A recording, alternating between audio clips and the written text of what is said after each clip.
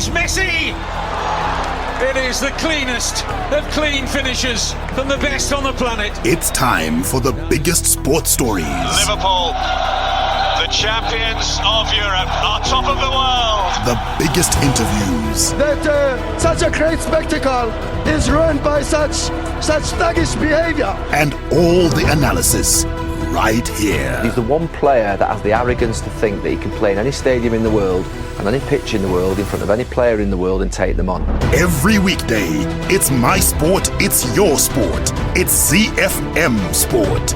Let's join the team for the biggest show in the world of sport on ZiFM Stereo. My station, your station.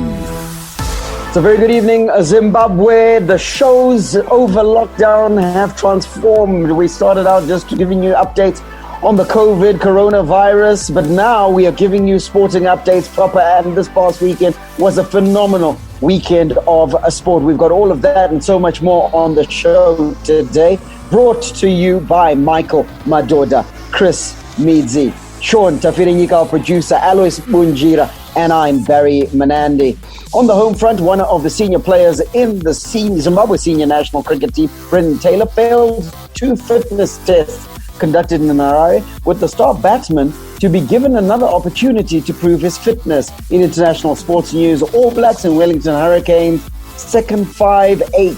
Ngani Laumape sent a stern message to his doubters following his man of the match display in the Super Rugby Aotearoa 29-27 victory over the Auckland Blues. In Around the World in 60, we begin in England, where 3 Lions star Jofra Archer, dropped from the second test, has been fined and given a written warning by the ECB.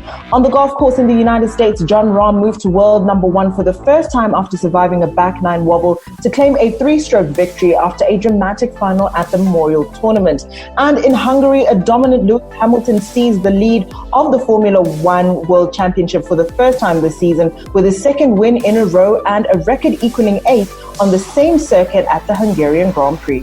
We'll then have our play of the day and then kick off the second half of the show, which is the beautiful game where Chelsea manager Frank Lampard says there's more to come from his side, who are planning for big business in the transfer market after they booked an FA Cup final against Arsenal. In La Liga, Lionel Messi has made Spanish football history once again following Barcelona's 5-0 thrashing of Alaves on the final day. And in Serie A, Antonio Conte believes there is a media agenda against Inter because teams with similar ambitions that are performing worse do not get the same level of criticism.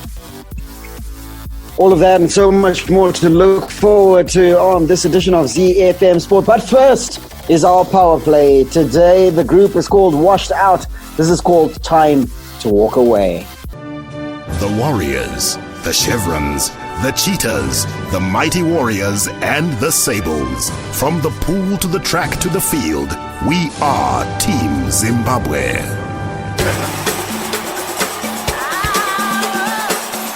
The Home Front.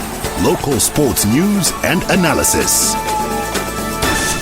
Don't forget, coming up in the second half of the show is the beautiful game where Sean Tafirinika, our producer, is serving to each and every member of ZiFM Sport a healthy serving of humble pie as Arsenal did the business to get through to the FA Cup final. But that's a bit later on.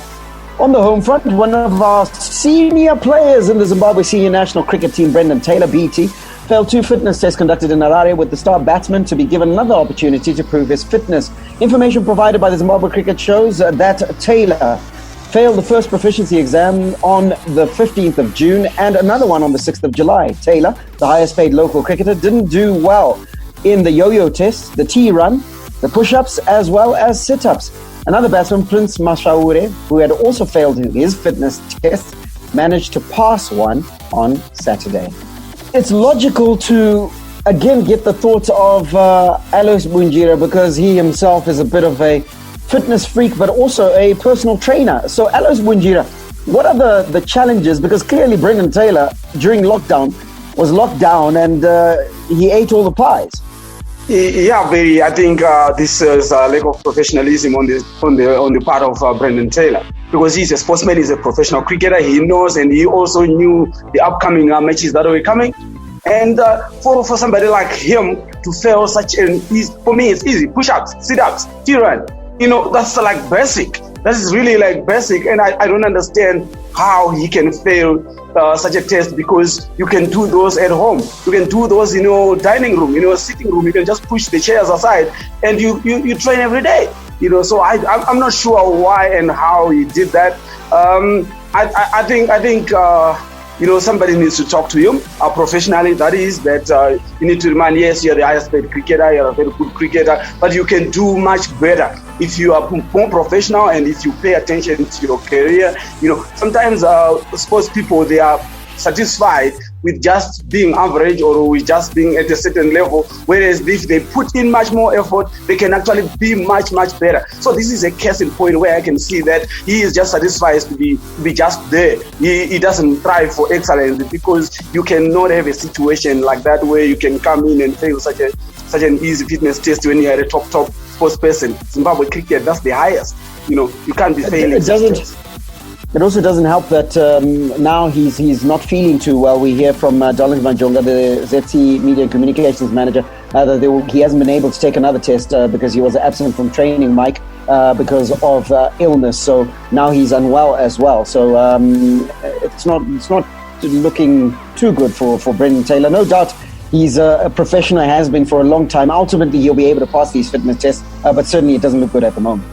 Doesn't look good, Barry, and I think the hope is that there is no direct relationship between the illness that he's going through at the moment and the failure when it comes to the fitness test, because that's the only excuse that he could ever put out.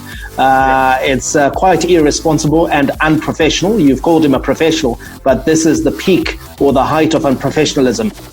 For you to fail a standard fitness test, like Aloy said, these are simple exercises that he could have been doing at home in any given amount of space. These are things that are not equipment-based, and so it was just a question of discipline and him staying motivated during the break. And what is further disappointing, Barry, is the fact that Brendan Williams is a former captain of the Chevrons. He's one of the senior players. He's one of their best players. He's a player that the youngsters look to for inspiration, for guidance, and he should be leading the way. You take a look at Christopher Mpofu. He's one of the players that's passed the fitness test alongside the likes of Ainsley Ndlovu and Sean Williams. Christopher Mpofu is 34 years old. He's long in the tooth. He's a guy who's in the twilight of his career. Yet, despite his reputation amongst fans as being one of the jokers in the side, he is disciplined, and he has shown that he is willing to work hard to keep himself in contention for selection should cricket return. So we expected more from Brendan Taylor. We expected a bit more than him. Failing a regular fitness test, it's quite disappointing, and it's also maybe a reflection of what's between his ears, the headspace, because if you don't have the right attitude now, because this for me shows that it really doesn't matter. He's in that place where he's saying, you know what, whether I stay fit or don't stay fit, they're likely going to select me. So that's how he probably goes about his cricket as well, where it really doesn't matter how well I play, I'm probably going to be selected. Even if I score 25 or I score 75, there's no big deal. There's no one pushing me for selection. There's no one pushing me in terms of my play. So I'm just going to be selected for Zimbabwe. So for me, it's a damning condemnation of Brendan Taylor, and someone needs to sit him down, talk to him, so that he gets in the right place, because players look up to him and the fans look up to him as well, in terms of him providing inspiration and guidance to the younger players that are coming through the system. Chris, a couple of words come to mind, and that is discipline, commitment. Those words are certainly lacking as a result of this, and being an important part, and I think Mike raised it in that, an important part is the fact that Brendan Taylor is one of the senior players. He's one of the best players on the team, and in truth should be leading by example, being someone who used to be a captain. We're not seeing it here. Definitely, we're not seeing it here. Like Mike said, I think a lot of it is to do with the mentality. When we talk about that selection that happens at ZC, in terms of the criteria, in terms of the young guys coming up, these are some of the things that they'll be looking at to say, okay, well, what exactly does it take for me to be a national cricket player. And in the scenario where we see he's being given multiple chances, I think it could possibly look, of course, they have to give him multiple chances to some degree, but I think it might send the wrong message across as well, to say that you can let your, in quote unquote, let yourself go and be not necessarily in terms of fitness, be in a great space, and likelihood is you might still be selected. So I think it doesn't look good at all, but fingers crossed by the time that the tour Afghanistan is supposed to take to Zimbabwe, by the time that takes place, hopefully all of this has been nipped in the bud. And I think also part of it is, I think 2020 has rocked pretty much every individual. So that could be part of it as well, to say some people looked at 2020 and possibly said, you know what, likelihood is there's not going to be any sport played, so why bother? Which again bodes on unprofessionalism.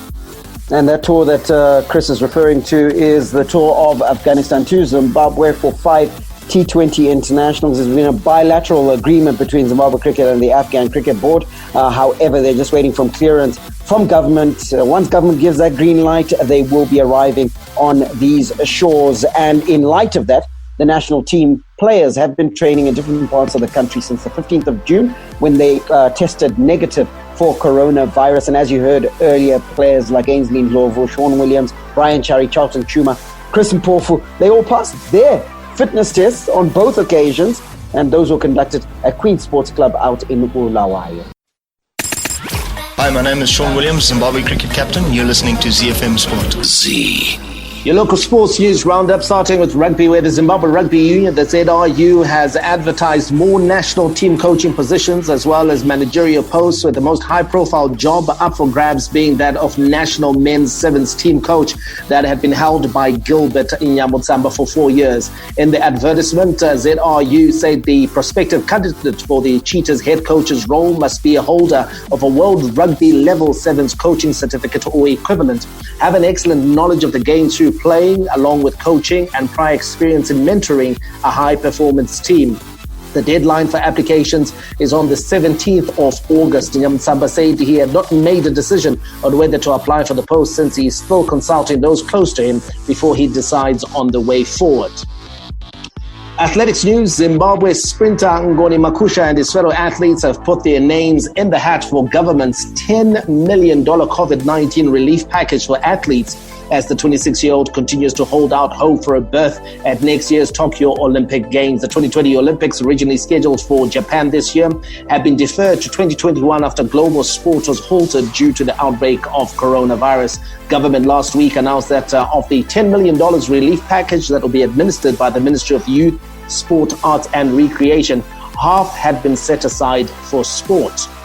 And we'll wrap it up with news out of the Casalaga Premier Soccer League, the top tier in domestic football, where former Tel 1 goalkeeper Rafael PTC is relishing the opportunity of breaking into the South African Premiership with his current side, Chakuma Cha Madzivandula, who recently purchased Bidvest Wits franchise. The 20-year-old goalie joined the South African national first division football team in February this year after parting ways with Tel 1, who were relegated at the end of last season. But his fortunes could further change for the better, as Chakuma are set to play in the Premier Soccer League next season. Hi, this is Mike Madura, and you can catch me and the team for all the latest breaking news out of the world of sport, local as well as international, on your favorite station, my station, your station, ZiFM. We are Z-Team on ZiFM Sport. Z. From the front of the grid to the back of the net, it's ZiFM Sport. International Sports News Roundup, where the world comes out to play.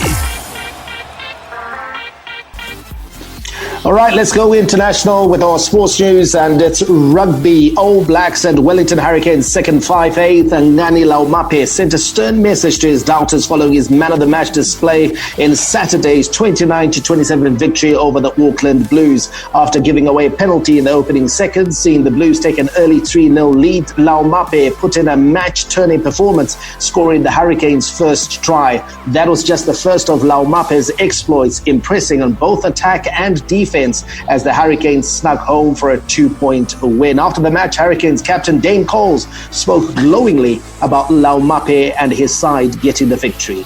Yeah, what a battle. I think credit to our bench, came on in that second half and really brought it home. We kind of lost a bit of our way for probably 15-20 minutes, but there was a period our defence just keep coming up. We got the turnover and scored, and yeah, it was a tight finish, but just stoked and proud of the effort the boys put in tonight. I think, like I said, that moment when our defence, we kind of losing our way, they were getting all the small wins.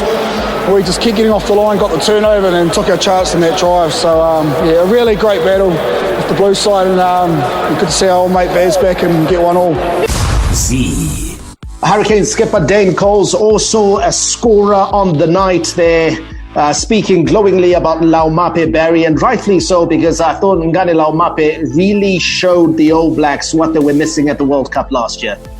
Absolutely, and in truth, he's one of those players who's already got the skill, got the talent, got the X factor, and then what he added on Saturday was he was absolutely up for it. I've never seen a player more fired up for a game than Ngani Laumape was on Saturday, and in truth, the performance then rose to the same level that his mind had already gotten to, and it's no surprise that he got the Man of the Match award on the basis, and fair dues to him. He was almost a one-man wrecking ball, a one-man team, because he stood there both in defense and in attack. He was phenomenal. Yeah, and he seemed to target Borden Barrett, and twice he ran through Borden Barrett, and Borden Barrett had no answers whatsoever for Ngani Laumape, who missed out on the World Cup last year when the selectors opted for Sonny Bill Williams, Ryan Crotty, Jack Goodhue, and Anton Leonard Brown. But he's an X-factor player.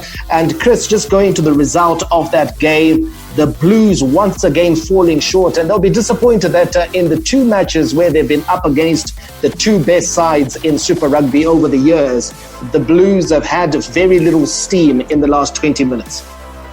Definitely. I think that's where things kind of fall apart for them, which is in the last 20 minutes. They had the lead and they managed to fall apart really where it mattered the most. And then it was a 2-point win for the Hurricanes. So in terms of the difference between the two teams, it wasn't significant until those last few minutes where they managed to seal that win thanks to the conversion from Jordie Barrett. So I think that those last few minutes is where they need to concentrate. Their defense seems to have improved, but what they need to put a lot more work into is to make sure, not the Blues, the Hurricanes defense seem to have improved, but the Blues need to concentrate on those last 20 minutes and ensuring that they manage to get those wins over the line. I think they're crumbling where it matters the most.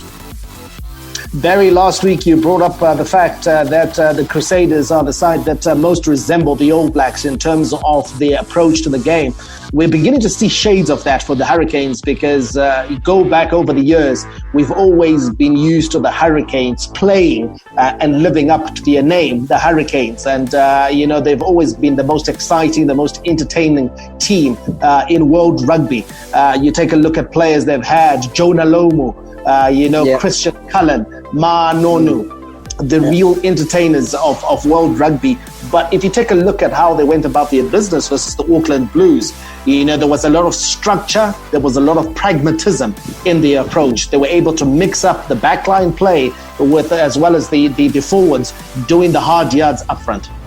Yeah, I'm smiling because you took me down memory lane over there. But in truth, they do resemble the All Blacks. And all of what you've mentioned and also what you just spoke about with Chris, they are an 80-minute team. And in truth, if you're not an 80-minute team, certainly in Super Rugby Aotearoa, where you're meeting sides that are going to play, whether the game goes to 100 minutes, goes into overtime, you're going to have to play and concentrate throughout. You are going to lose. It's simple as that. And the Blues, I think, found that out and have found that out in previous matches as well. And most of all in this one, because I think this one hurts because of how close and how tight it was. For us watching, it was a phenomenal rugby match to watch because of the application of the skills that were on show. But ahead of that, you have to play 80 minutes of rugby. Well, another man who's having to find out the hard way about how New Zealand teams play for the entire 80 minutes is former Wales coach Warren Gatland, who watched his side blow a convincing 31-7 lead early in the second half to be beaten 33-31 at the death. The Chiefs going down to the Otago Highlanders in what was a dramatic comeback. There was an 82nd minute try scored by Theo Tompkinson for the Highlanders to get all the points in that game. Where does it leave us? After round 5 of matches, the Crusaders are sitting comfortably at the top, having played one match less on 18 points. The Blues are following with 13 points in second place, but the Hurricanes have now closed within 1 point. They have 12 points and are sitting in third. The Highlanders in it. They have 10 points from their 5 matches. The Chiefs lagging behind now, just 4 points from their matches. Your weekend fixtures, we'll see the Crusaders taking on the Hurricanes. The Hurricanes must win and counter that one. And for the Blues, a wonderful opportunity to try and pull further ahead of the chasing pack when they play against the Waikato Chiefs. Super Rugby AU results on the weekend. The Reds got the better of the Force 31-24. New South Wales Waratahs were beaten at home by the Brisbane Brumbies 24-23. Last gasp try for the Brumbies. How do things look in Super Rugby AU? The Reds leading the way. In second place, the Brumbies. The Waratahs are in third. The Rebels in fourth and the Force in fifth. Your weekend fixtures, we'll see the Waratahs take on the Rebels, and it's the Force who entertain the Brumbies in Perth. Hi, I'm JC Krill, Springbok and Blue Bulls backline player. You are listening to ZiFM Sports. Around the world in 60 seconds. International sports news. Around the World in 60 is proudly brought to you by DSTV. We take off in England, where Jofra Archer has been fined and given a written warning after breaching England's biosecure protocols as he missed the second test against the West Indies. The punishment comes after Archer made an unauthorized trip to his home in Hove after the first test at Southampton's Ages Bowl. The bowler was excluded from the England squad for the second test and is currently in isolation. He will rejoin the side tomorrow, provided the 2 tests for COVID-19 have returned negative.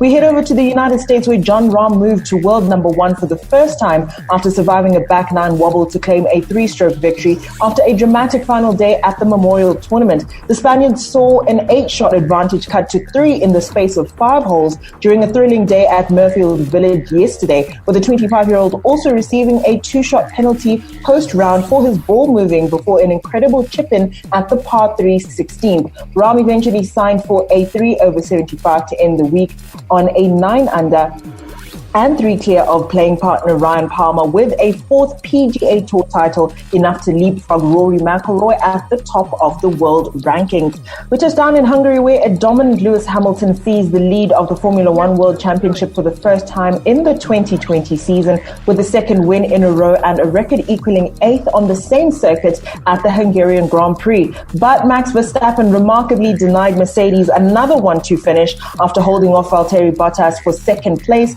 despite crashing and breaking his Red Bull car's front wing in wet conditions before the race. Don't miss the full Formula One report. That's on tomorrow's show. Hi, I'm Clemens Matau, chicken in midfielder. You're listening to ZiFM Sports.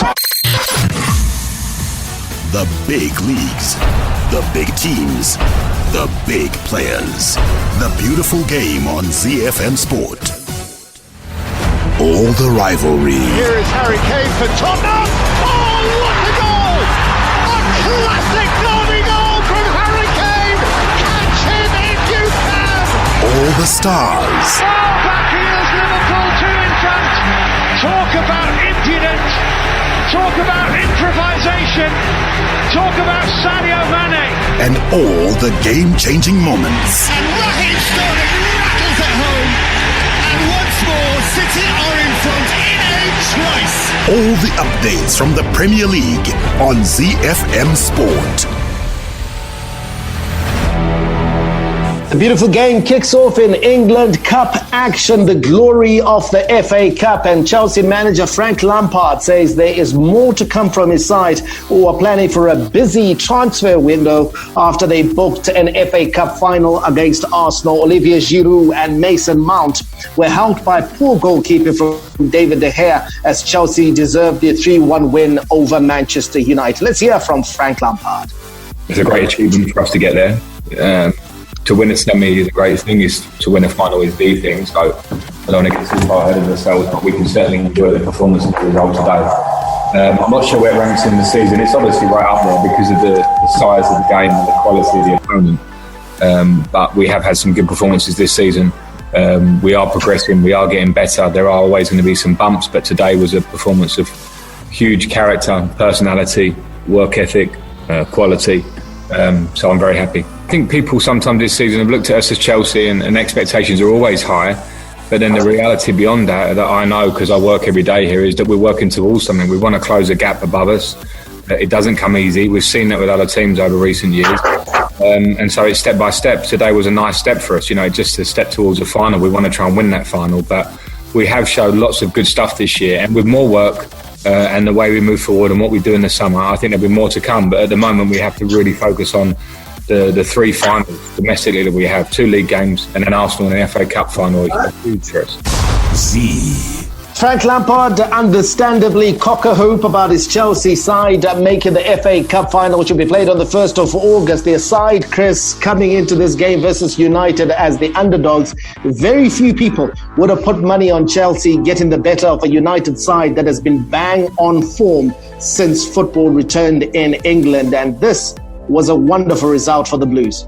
Wonderful result for the Blues, and I think it strengthens, first of all, their campaign for the Champions League as well, because what it basically does is it bolsters them as a team and just getting that momentum that they sorely need to continue that trajectory. But also, because it's a cup final, things went on their side in terms of, first of all, this is not necessarily a particularly experienced side. Manchester United, people were looking at that team saying, you know what, these guys have been bang on form. You've got a lot of experience in the side. You've got players who are willing to do a few interesting things to make sure that they get that the win. But the way that Manchester United almost gave this to Chelsea gift wrap. This is not to take anything away from Chelsea's performance, but in terms of the selection, in terms of the decisions that Ole Gunnar Solskjaer made in this particular match. I understand, of course, that he may have been making considerations in terms of his players, some of them being exhausted,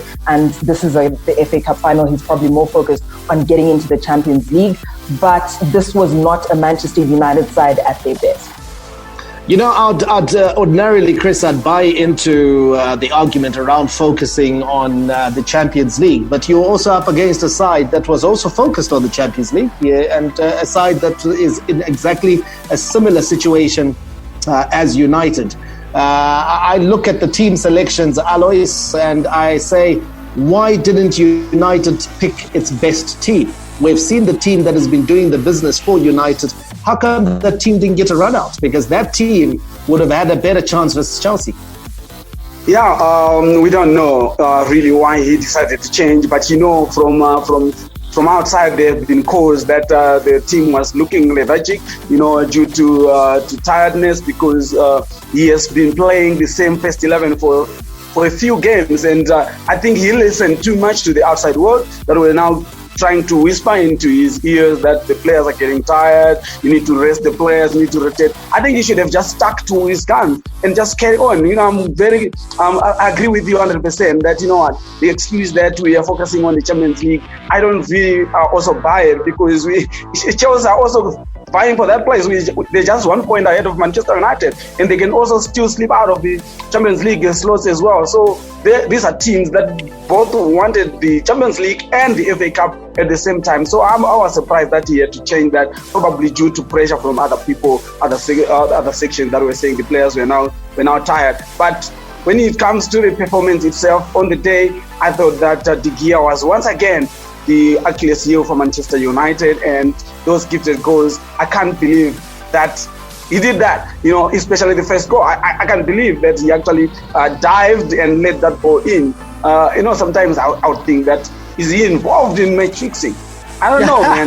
This guy, I don't know what he's doing. Really. Has it come to that, Alois? Has it come to that? For me, I think, you know what? We talked about it. I think it's high time that he left Manchester United. He is actually a liability right now. No matter how good people may say he is, a different goalkeeper, even a less rated goalkeeper, can actually come and do the business for Manchester United ahead of. Yeah, I'm sorry to say, but I think it's time for him to move on. Yeah, De Gea definitely disappointing, Barry, but you also take a look at the performances of their skipper, Harry Maguire, the world's most expensive defender. You take a look at that, and his performances, to be honest, jittery at best, and you cannot perform like that. With the reputation you're supposed to have as one of the premier defenders in world football, and you're also the club captain as well. I think the team deserve better and they expect better from their centre half. They certainly do, and in truth, we'll forgive a mistake. Mistakes happen, but when you then go through the shocker that Maguire has had, and in truth, it's been coming because we've seen sort of elements of it in that game against was it Southampton, where he was having a piggyback ride on Alan Wan-Bissaka while the ball was going into the back of the net, and then in this game to then be hitting Eric Bailly with friendly fire, which then resulted tragically that Eric Bailly had to be rushed to hospital.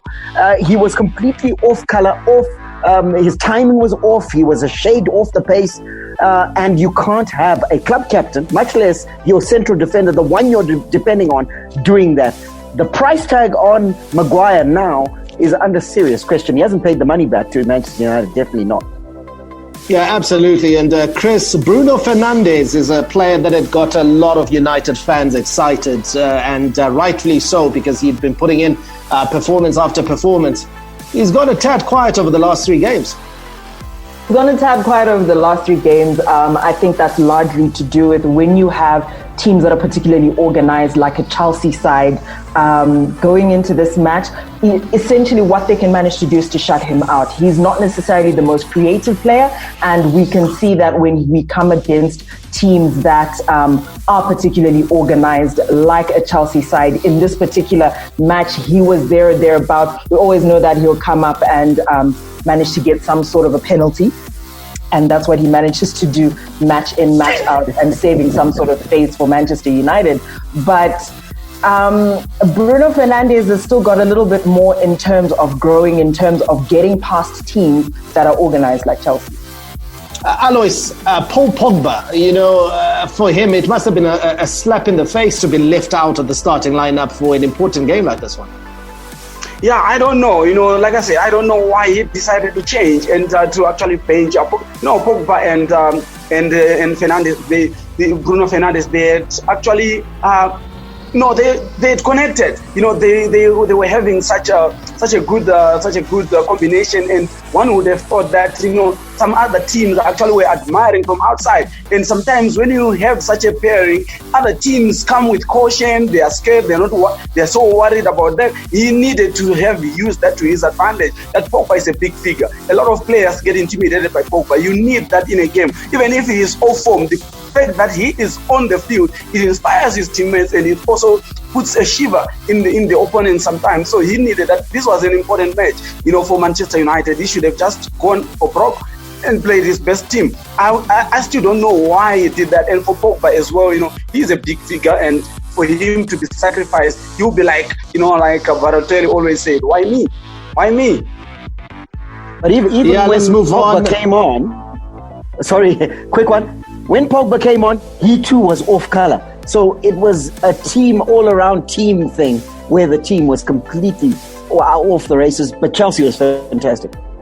Yeah, absolutely. And of course, fantastic, just as fantastic as Chelsea was, or even better was Arsenal in the first semi-final. I didn't give them a chance. Barry didn't give them a chance. Chris didn't give them a chance. I don't even think Sean thought they had a chance. Sean said that they would lose 2-0, but they went on to win 2-0 versus Manchester City. And what a wonderful, wonderful performance. And at the heart of that performance, the man of the match, by a country mile, the much maligned David Luiz. Let's hear from the Brazilian defender. I think it's part of the football. I understood during my career, football is about survive. So every day you're gonna defend your team, and the other people they're gonna support different teams. So it's about survive. So was what I did. I think I was working hard every single day. After my mistakes, I took the blame. I was mature enough to understand that, and I was also humble to work more and to work more for the team. Yeah, it was a great result against one of the best teams in the world. We just did that because we was humble. We understood the way we have to play. We take this opportunity to score, and we have to be mature to understand which level we are in the process. We are in the process, in a good process. We have an amazing coach. He wants to bring us the best football for this club, but it's not 0 to 100. We have to understand that day by day. We are improving. The spirit was great, and I'm happy for the team because this team deserved that. I think all the team defended. It's not just the last line or the goalkeeper. I think the team understood now the modern football. Everybody has to defend. Everybody has to fight. Everybody has to have the spirit. Everybody has to play every ball 100%. So I'm happy with this. The Brazilian defender, Barry, absolutely outstanding. That's the best, I think, one of the best centre-back performances I have seen all season in the league, VVD included. Absolutely, because of the stability that he brought. And the great thing is that the performance on the pitch stretched beyond, because even after the match, his post-match interview, as we heard snippets of there, was phenomenal. And I can see David Luiz now transitioning quite easily into management because of how he understands the game. But his performance on the pitch was fantastic. He's a talker. He's a leader. He's the one thing that Arsenal needed all this time. And now they finally got it in the sense of leadership. In a back three, David Luiz is a world beater. In a back four, not so much. And Alois, you take a look at David Luiz, you can understand why Mikel Arteta has kept faith in him. Because when he's on top of his game, you can see what he brings to the Arsenal side.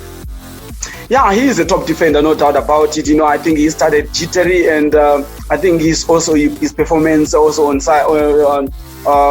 in the previous game was actually a very good timing.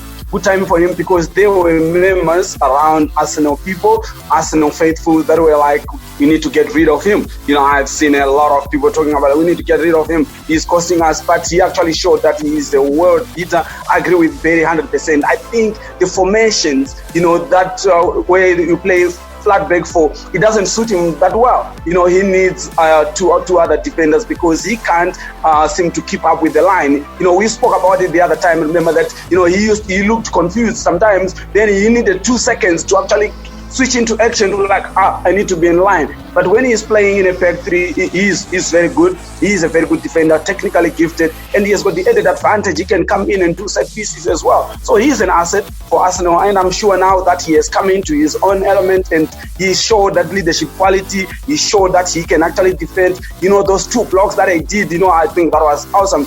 Game changers. There was one block that he made when the game was still at 0-0, I thought that was actually a game changer, because if Man City had taken the lead at that time, I think they would have went on to dominate the match. So I think he is now settled in very well, and big asset for Arsenal. And I don't see any members anymore of people that are saying we need to get rid of him. He is actually going to be a very vital cog of the Arsenal defense next season.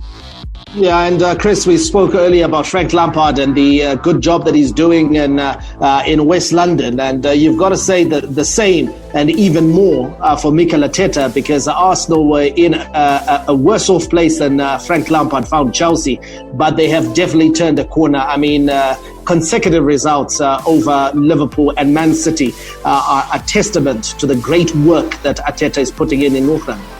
100%. And I think just the fact that these are consistent results and not against your minnows of the EPL. These are against your big teams, your Manchester City, your Liverpool. And I think especially when you play a team like Wolves and manage to get a win over them, and then you consistently deliver, I think you can then start to believe that Arsenal has definitely turned a corner, and they're one of those teams that we're going to be looking at definitely in the transfer market and next season to see how they bolster. But this is a team that's growing significantly, and you can see that there's potential there for a title challenge.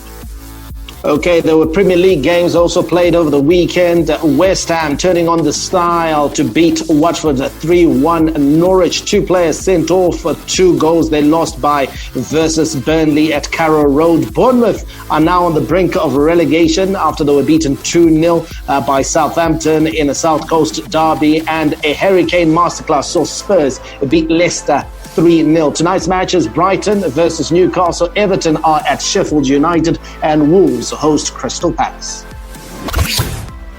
Over to Spain, Lionel Messi finished as top scorer in La Liga for a record 7th time after netting twice as dethroned champions Barcelona ended their disappointing campaign on a high with a resounding 5-0 win at Alaves. Barca finished the season second in the standings on 82 points, 5 behind newly crowned champions Real Madrid, who drew 2-2 at Leganes a bit later on. Let's talk about Lionel Messi for a bit, Mikey. And in truth, if we are talking about the peak of consistency, Lionel Messi has got to have his picture right next to the definition of consistency. Yeah, absolutely wonderful player, Barry. Disappointing season for Barcelona, but I think for Messi, he has maintained his usual standards, and he's not scoring as much now. That's mainly because he's playing in a very withdrawn position. He's a midfielder now. I think that's the best way to describe Lionel Messi. He's no longer the attacker that he was in seasons gone by. So we are starting to see the redefinition of Messi as he has lost a yard of pace. He has decided to be the playmaker at Barcelona, and also it's been thrust on him by sheer necessity because there isn't a lot in terms of creativity in the Barcelona midfield. So he's had to sacrifice his goal-scoring exploits for him to play facilitator, and it shows in the stats. He's a midfielder who leads the goal-scoring stakes in Spain, but he also broke the record for the most assists ever in a Spanish La Liga season, a record that was held by the legendary Xavi, who had 20 assists. Lionel Messi registered his 21st assist, so topping the assist standings and topping the goals standings is an incredible achievement for Lionel Messi. I think last week we highlighted that Thierry Henry was the last player to have done that in 2003, 2004 in England, where he got a 20-20 in both assists and league goals scored. And so it's not something that's easy to do, and Lionel Messi has done consistently well. When we see those guys who have got lots of stats, your Kevin De Bruyne's, your Thomas Muller, they don't have many goals to talk about. Thomas Muller has got 8 league goals to talk about, and he's got 20 assists. You take a look at Kevin De Bruyne as well. He's got, I think, about 18 assists, but he's also got about 10 goals. So Lionel Messi is able to score and to facilitate from a similar position to what KDB is playing. In fact, KDB actually plays the same position as Lionel Messi, wide right of midfield. And so when you compare the output of the two players, we are talking about KDB as being arguably the best player in England. Yet Lionel Messi puts him in the shade when it comes to things like assists and goals. Alois, very quickly, is it that we compare Messi to himself, and that's the reason we don't give him the accolades that he ought to get? Yeah, when you look at his numbers this season, they are a bit low when it comes to goals. But he still scored a lot of goals, and he still topped the scoring chart. And we are guilty, all of us, of just comparing Messi to his to Messi. We want him to beat his own record all the time, but it doesn't happen all the time. But like you say, he's the definition of consistency. 7 years, 7 seasons in a row, topping the charts. I think we need to give him a statue or whatever. I don't know what award that can be given to him, but like Mike said, we need now to actually also move according to his position as well. We can't keep on expecting him to score 50 goals when he's now playing deeper. So we need to also adjust, with our expectations. So well done to him. He is the consistent man, and he has been dishing out good football, and we're still enjoying it, and he still has 2 more years to go. For me, I think at the very top.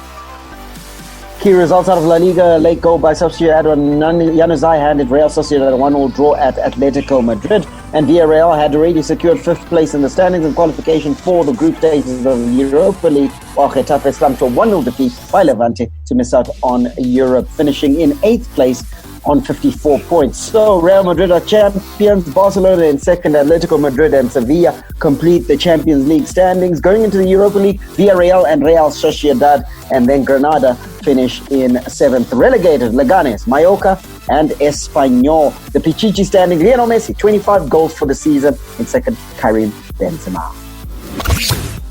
Right, let's wrap the show up in Italy, where Antonio Conte believes there's a media agenda against Inter because teams with similar ambitions that are performing worse do not get the same level of criticism. Inter missed a chance to close the gap to Serie A leaders Juventus to 3 points as they were held to a 2-2 draw away to 5th placed Roma, whose hopes of finishing in the top 4 are practically extinguished. Now, obviously, Alois, you have always argued the fact that the chasing pack in Italy always blow opportunities and squander chances to close the gap with Juventus. Antonio Conte here saying that, you know what, we are doing the best we can, and yet we see similar teams in similar situations, your Romas, your Napolis, and your Lazios, they're not getting criticized as much as us. Yeah, Mike, I think this comes because there were a lot of expectations from Conte himself when he came on, high pedigree, and then there's players that he signed. There was an excitement that maybe eventually there is a team that is going to close that gap between the chasing pack and Juve. And they started so well, So I think that's where it is coming from. They expected too much, but like I said last week, they need to be patient with Inter. Yes, they've done the business well. They've done well for the first season that he is in. They just need to be patient. He can do it. But I understand where the criticism is coming from. It's because people had high expectations from Inter Milan and they didn't live up to it. Absolutely. I think Alois is spot on there. I think it's a measure of the level of expectation people have on International. And if they can push forward with a couple of more additions, they could be the team that probably looks best placed to challenge Juventus in the long term. Juventus themselves in action tonight. They take on Lazio. And that's all we have time for, guys. We've got to go. We'll catch you tomorrow for Topic Tuesday. Don't miss it. It'll start at 6:05. May God richly bless you. That's my story, and I'm sticking to it. Manandi, out. And it's Messi! It is the cleanest of clean finishes from the best on the planet. The biggest sports stories. Liverpool, the champions of Europe, on top of the world. The biggest interviews. That such a great spectacle is ruined by such thuggish behavior. And all the analysis right here. He's the one player that has the arrogance to think that he can play in any stadium in the world and any pitch in the world in front of any player in the world and take them on. Every weekday, it's my sport, it's your sport. It's ZiFM Sport on ZiFM Stereo. My station, your station.